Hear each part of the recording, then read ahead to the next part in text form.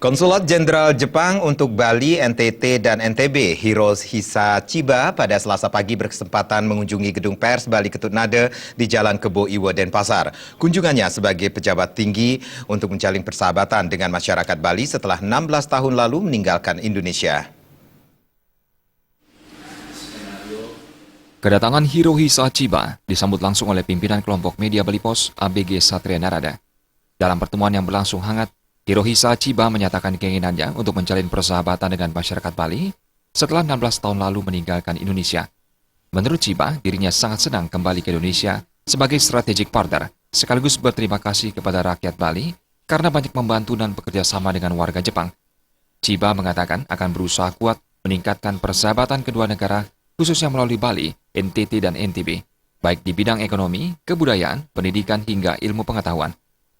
Jadi baik di bidang ekonomi atau kerjasama bidang-bidang yang lain, saya ingin berusaha sekuat mungkin untuk mempererat hubungan di antara kita. Mungkin ya kita dapat memberi informasi yang berguna bagi masyarakat Bali tentang Jepang. Dan kami juga ingin belajar banyak dari pihak Indonesia Bali untuk memperkuat hubungan kita. Sebelum menjabat sebagai konjen Jepang untuk Bali, NTT, dan NTB, Hirohisa Chiba pernah ditempatkan di Kedutaan Besar Jepang di Jakarta dan Konsulat Jenderal Surabaya. Selain itu, Chiba juga sempat menjabat sebagai wakil konjen di Melbourne, Australia.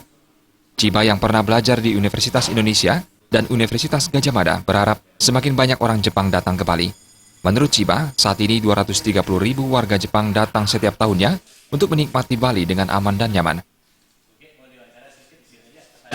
Kurang lebih 230.000 orang Jepang mengunjungi Bali setiap tahun. Dan mudah-mudahan jumlah tersebut dapat akan tingkat lebih banyak. Dan memang masalah keamanan itu paling penting bagi mereka sebagai wisatawan.